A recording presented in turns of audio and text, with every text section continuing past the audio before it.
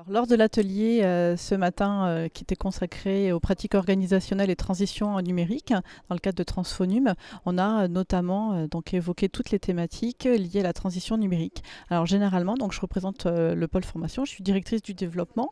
Donc le pôle formation est spécialisé, donc a été créé par l'UMM et est spécialisé dans l'accompagnement des entreprises, dans la mise en œuvre de leur stratégie et la montée en compétences des collaborateurs.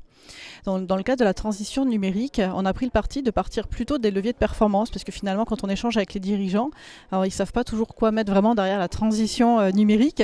Pour eux, ça reste un outil. Et par contre, ce qui leur parle vraiment, c'est d'améliorer la compétitivité de leur entreprise. Donc on est plutôt parti des leviers de performance, et puis on a adressé toutes les technologies qui étaient associées.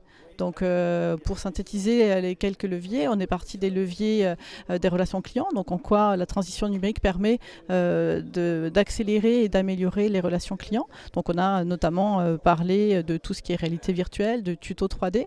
On a aussi évoqué sur toute la partie produit, ce qu'on appelle la maquette numérique ou le jumeau numérique, donc afin de faciliter le décloisonnement entre les différents services.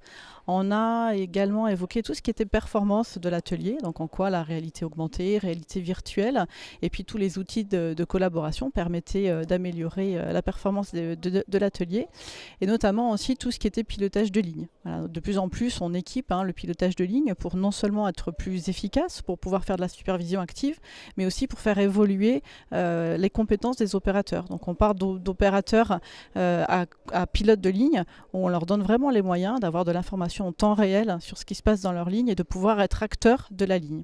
Et puis dans un dernier temps, on a parlé des collaborateurs. On en a beaucoup entendu parler aussi ce matin. Comment on fait monter en compétence les collaborateurs dans le cadre de la transition numérique, comment on les accompagne au changement et comment on s'assure que tous les outils numériques proposés soient bien adaptés et bien appropriés à leur quotidien.